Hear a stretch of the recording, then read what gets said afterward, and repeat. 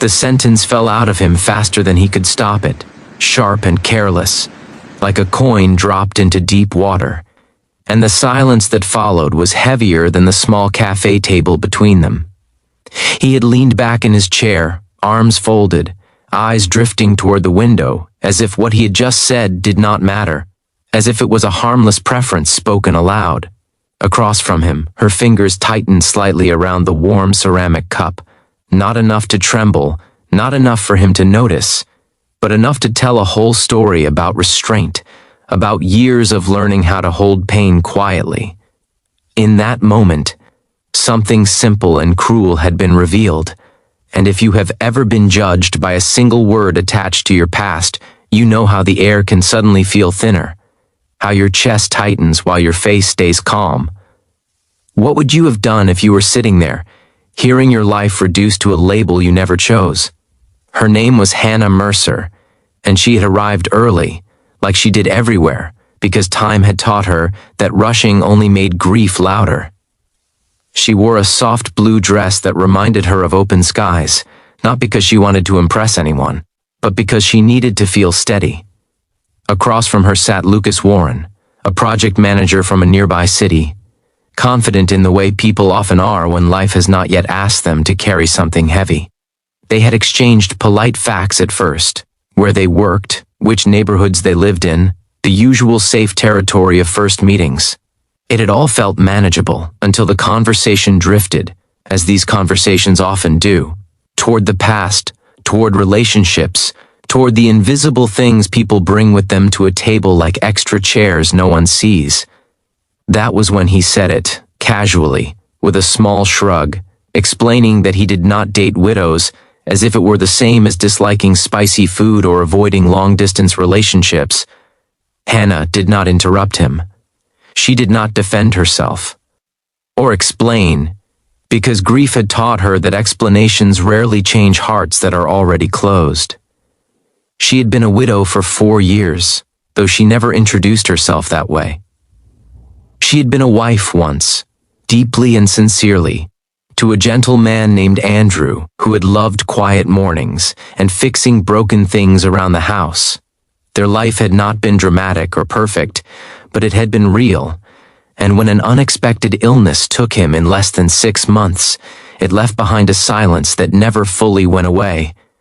Hannah had learned to live with that silence, to fold it neatly into her days, to smile without lying, to hope without demanding. Sitting there now, she felt that old ache stir, not because Lucas rejected her, but because of how easily he dismissed something that had shaped her into who she was. Lucas, for his part, felt oddly justified. He told himself he was being honest, that honesty was better than pretending. He believed widows carried comparisons, shadows of past love that no new relationship could compete with. He did not consider that his words were not neutral facts but judgments shaped by fear. Fear of not being enough, fear of being second, fear of a pain he had never actually touched. He glanced at Hannah, noticing her composed expression, and assumed she was unaffected. He did not know that strength often looks like stillness, or that some people have learned how to absorb hurt without spilling it onto the table. The turning point did not come in a dramatic burst. It came quietly, the way real lessons often do, slipping in through a side door when pride is not watching.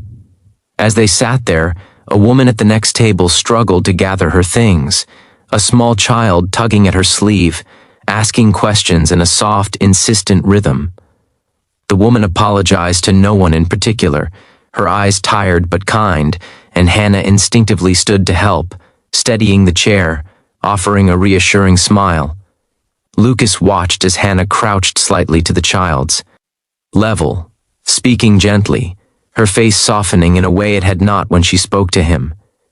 The child laughed, tension dissolving, and for a brief moment, something in Lucas shifted, though he did not yet know what to call it.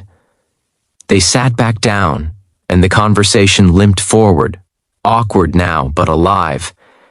Hannah spoke about her work at a local community center, about organizing food drives and after-school programs, about finding purpose in service when life no longer followed the plan she once imagined. She did not mention her loss again. She did not need to.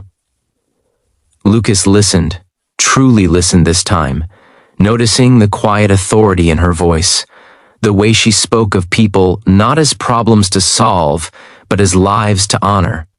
He felt an unexpected discomfort, the kind that comes when your assumptions begin to crack.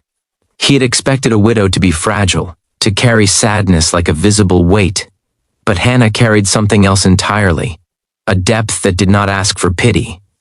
Later that evening, after they parted politely, Lucas drove home through streets glowing with early evening light, his mind restless. He replayed the date, the moment his words landed between them, the way her eyes had changed, not with anger, but with something sadder, something more dignified.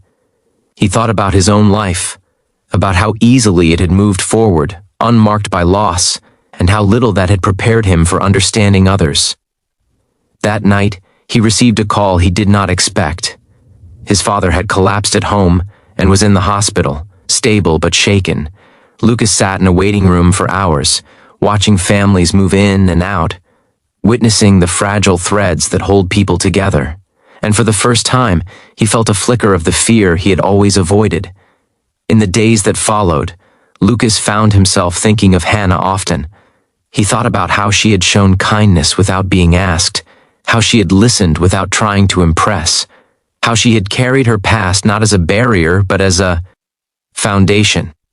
He realized that what he had rejected was not widowhood itself,